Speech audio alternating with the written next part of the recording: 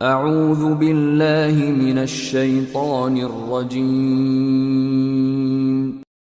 अस्सलाम वालेकुम स्टूडेंट्स, आज जो है हम वैन हॉर्न के बुक को फॉलो करते हुए चैप्टर नंबर 9 शुरू करेंगे। ठीक है, चैप्टर नंबर 9 है cash and marketable securities management. ठीक है, तो सबसे पहले हम प्रॉब्लम नंबर 1 की तरफ चलते हैं। ठीक है, तो टाइम के साथ साथ मैं आपको कॉन्सेप्ट्स देता जाऊंगा। अच्छा, पहला क्वेश्चन जो है वो है Speedway all company franchise gas and go station in North Carolina and Virginia all payments by franchises by franchises for gasoline and oil products which average 4,20,000 a day. ठीक है, or by check. At present, the overall time between the mailing of the check by the franchise to Speedway Owl and the time the company has collected or available fund at its bank in 6 days. इसका मतलब ये है कि तकरीबन daily basis पे ये जो company है वो 4,20,000 का बिज़नेस करती है। ठीक है, और अमाउंट्स जो हैं उसकी वो 6 दिनों के बाद जो है वो पहुंचती है। ठीक है, तो फर्स्ट अब रिक्वायरमेंट हम पढ़ लेते हैं। How much money is tied up in this interval of time. ठीक है, तो यहाँ पे ये पूछ रहा है कि ये जो इंटरवल है 6 डेज़ का, तो अगर 6 डेज़ तक हम देखें कि 6 डेज़ में कितनी अमाउंट स्टक हो रही है। ठीक है, तो यहाँ पे हम ये फाइंड करेंगे। सेकंड पार्ट जो है वो to reduce this delay the company is considering dealing pickups from the stations in all 3 cars would be needed and 3 additional people hired. ठीक है, जब भी हम कॉस्ट को कम करना चाहते हैं, ठीक है, तो उसके ऊपर हमें एक्स्ट्रा एक्सपेंस बियर करना पड़ता है। ठीक है, तो ये भी इसी तरह का एक्सपेंस है। ठीक है, तो इससे होगा ये कि हमारी जो अमाउंट है वो जल्दी हमारे पास आ जाएगी, उसके स्टॉक जो रहेगी ना वो कम हो जाएगी। और इन ऑल कहाँ गया, this daily pickup would cost 93,000 on an annual basis. ठीक है, तो ये जो 3 बंदे और 3 कारें हमने एक्स्ट्रा ली हैं, इसका जो सालाना ख़र्चा है वो 93,000 है। और जो हमें मार्केट अमाउंट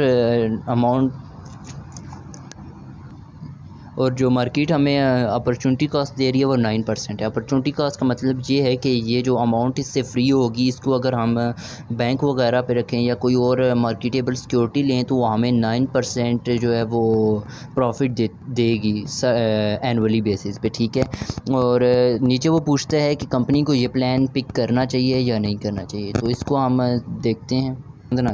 अच्छा, सबसे पहले जो ए पार्ट हम करेंगे। ठीक है, तो ए पार्ट में था कि इस इंटरवल में अमाउंट कितनी स्टॉक हो रही है। तो एनुअली डेली बेसिस पे जो हम बिज़नेस कर रहे हैं वो है 4,20,000, और जो हम अमाउंट रिसीव करते हैं वो 6 डेज़ आफ्टर है। 6 डेज़ में हमने फाइंड करने की कितनी अमाउंट स्टॉक हो रही है।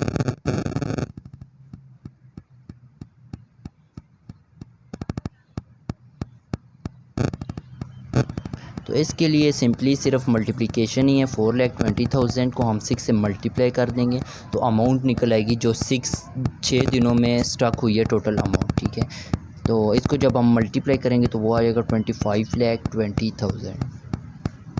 ये अमाउंट हमारी 6 डेज़ में स्टॉक होती है अगर डेली जो है वो हम बिज़नेस करें 4,20,000 का।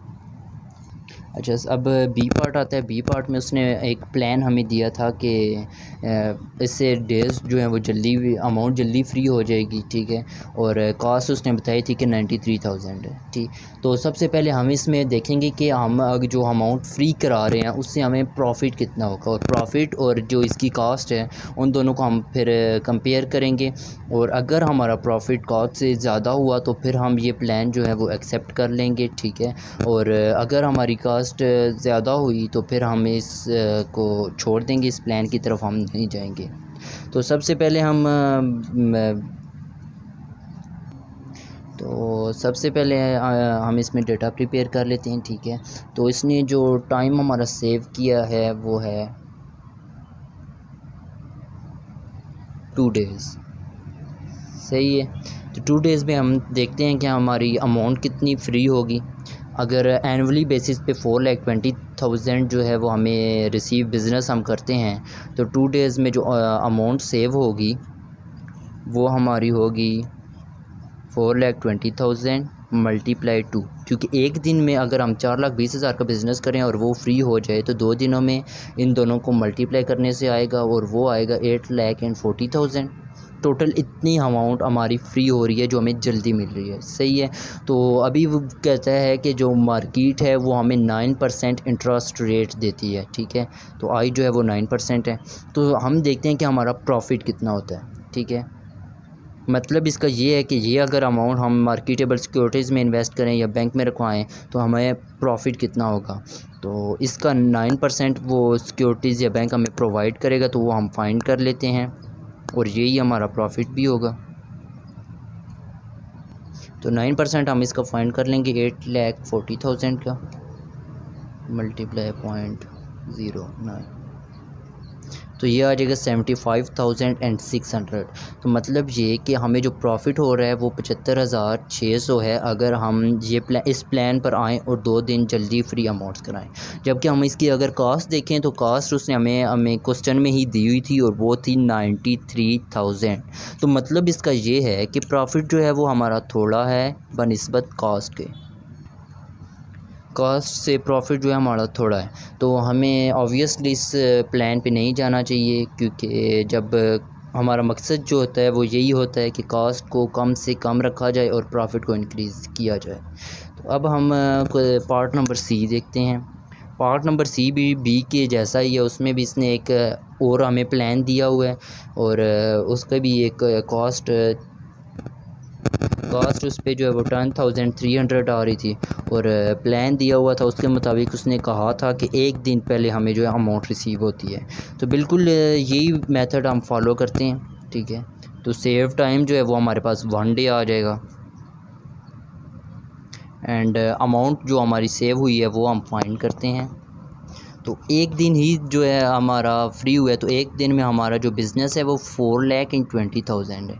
तो अमाउंट सेव जो है वो भी हमारी यही होगी और जो कंपनीज़ या मार्केटेबल सिक्योरिटीज़ हमें दे रही हैं वो 9% है। तो इसका प्रॉफिट फाइंड करने के लिए सिंपली 4,20,000 का हम 9% फाइंड कर लेंगे, क्योंकि अमाउंट ही यही फ्री हुई है और यही हम बैंक्स वगैरह में रखवा सकते हैं फॉर मेकिंग प्रॉफिट। ओके, 4,20,000 का 9% हम फाइंड कर लेंगे, तो 37,800 जो हमें प्रॉफिट होगा वो 37,800 है, जबकि इसकी कास्ट जो दी हुई थी वो थी 10,300। अब अगर हम यहाँ पे देखें तो हमारा प्रॉफिट जो है वो ज़्यादा है कास्ट से और यही हमारा एम या मकसद होता है कि प्रॉफिट को इंक्रीज़ किया जाए। तो ऑब्वियसली हम इस प्लान की तरफ जाएंगे कि एक दिन सेव करेंगे मेलिंग के ज़रिए से, सही है। Profit is more than cost, तो ये वो प्लान है जिसे कंपनी एक्सेप्ट करेगी और इसके ऊपर फिर अपना बिज़नेस चलाएगी। तो यहाँ पे आज हमारा चैप्टर नंबर 9 का क्वेश्चन नंबर 1 ख़त्म होता है। तो उम्मीद है आपको समझ आ गई होगी। इन वीडियो को लाइक करना और चैनल को सब्सक्राइब करना मत भूलिएगा, साथ में बेल आइकन को ज़रूर प्रेस कीजिएगा। Thank you.